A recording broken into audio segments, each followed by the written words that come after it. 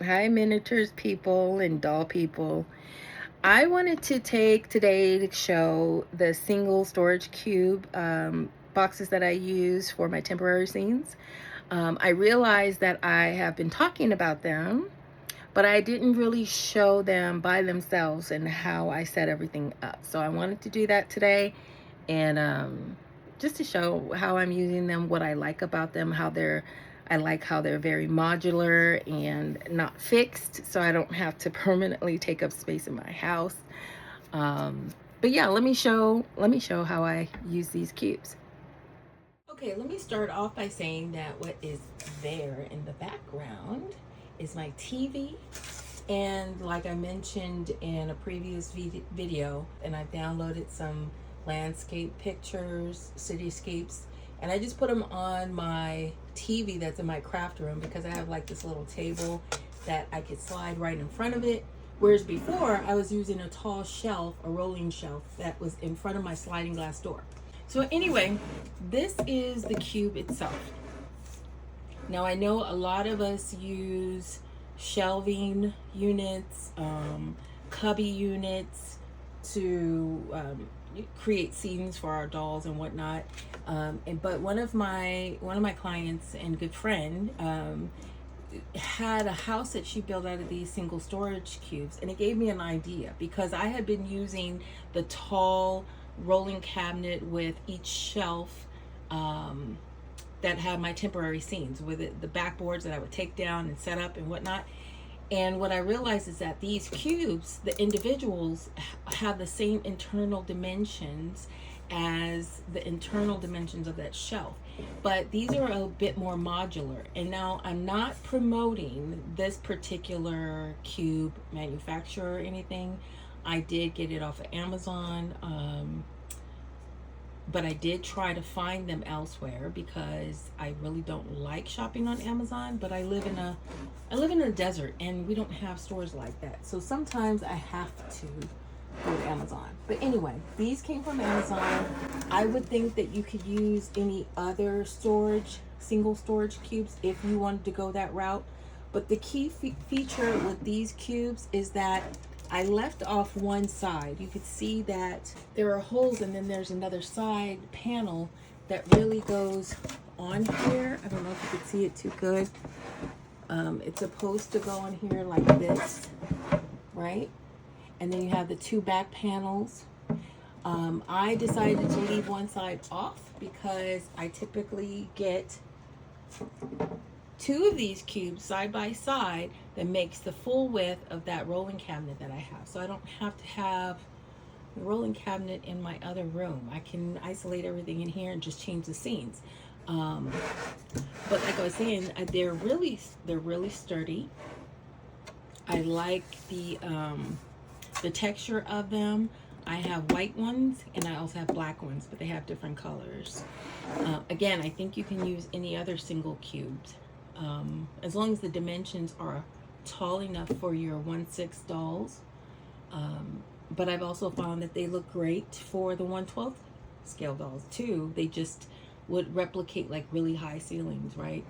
But the key feature that I really like that I wanted to point out are these back panels that can just slide out, right? When you're building the cube, it would typically be two of these panels in back to back like this, and that's why I leave one side off too, is that I can just slide these panels in and out, and it has like a little separator that goes in between them like that, and then you slide it, and then that's how it would typically go, right? But I can leave these on, but a lot of times my room scenes, I already have the foam board backing that has like wallpaper on it, that I could change those out. I also have foam board that I could push up against the sides, depending on the scene, right? But what I really like is that the width of this little slot here is about the same as a piece of cardboard. So what I did was I got a piece of project board, which is cardboard, right? I glued in a picture frame from Dollar Tree. Both of these are from Dollar Tree. And on one side, I did the wallpaper. So the front of the frame is on the front with the wallpaper. And the cardboard is the perfect width. I did tape the top and the bottom. But it is the perfect width that I can slide out these panels. Slide out these panels.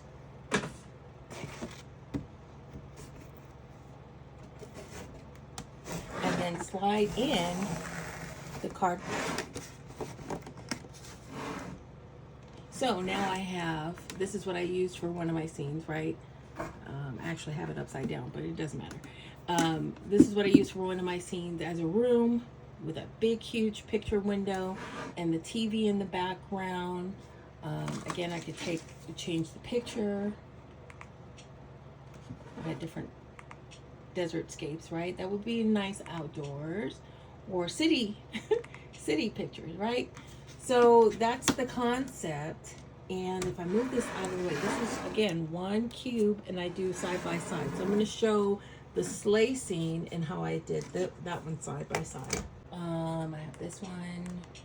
I use these for like sip to kind of replicate that the sip coffee shop is on street level.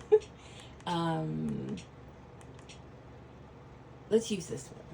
I don't think that's the one I used for sleigh. I think this one is the one. No, this is the one I used for sleigh. Anyways, here are the two. Let me pick it up. Here are the two boxes side by side. The only thing that's holding them together is that backboard that has the wallpaper on it and the two picture frames. That is a project board cardboard that I slid into one side and then slid the other box back onto it. Now I figured I would show this because what's great about it is that taking this apart, it will be a piece of cake. These are a 3D printed just a little holder for these string lights that I got from Daiso. All they do is hold it and they're stuck up by blue tack, sticky tack. All I have to do is pop those off, put Olive, Yo-Yo's, her little workstation desk that I made, and her wardrobe stands, clothing stands in the back that I made, and as well as that wardrobe side. I put it in a plastic flat storage box that I have. It's not completely flat. It's about between 4 and 6 inches deep. But I'll put all of that in the box along with the backboard. And these two cubes are blank again, and it's ready for me to pop in another scene. So I choose to do my scenes like that only because I don't really specialize. I don't really specialize in 1/6 scale, but I'm getting more into it. I do more 1/12 scale, which is half this size, and it's easier. For example, this particular whole setup in 1/12 scale I would be able to fit a lot more furniture and scene stuff into a 1/12 scale. 1/6 is too big, and that's where the tall cabinet was kind of getting to me because it was in the way, and the scenes were easy enough to switch out, but the shelf, the physical shelf, is in the way. These cubes I can simply put on my storage shelves that's here in my craft room. I have my 1/12 scale modular dollhouse that I built that's on this one, and then those are two black storage cubes, another white storage cube, and then down at the bottom I have the boxes that have the different scenes in them. So I can put the scenes away, put the storage cubes on the shelf, and then it's all out the way. So I'm sure all of us have different methods for doing things, but I didn't want mine to be permanent, and so I figured that I would just show how I do mine in case it can help somebody. So there you go. And this is Yo-Yo in her scene. And again, everything in here is made by me, except for like the sewing machine I bought, the little sewing kit I bought from Temu. The lights are from Daiso. The windows are picture frames from Dollar Tree. I 3D printed all the rose gold accents and built the blue little wood scraps that I put together and painted. Yeah, so this scene will be coming down for me to make another one. I'll probably do a 1/12 scene next. I like to do the scenes to kind of just show what I do make and sell on my Etsy, along with what I can make, because I also do take custom orders on my Etsy. So my Refurniture Designs account is to show the things that I make, and the 92 Unboxed account is to show the stories of the dolls. Anyway, hopefully the single storage cube will help.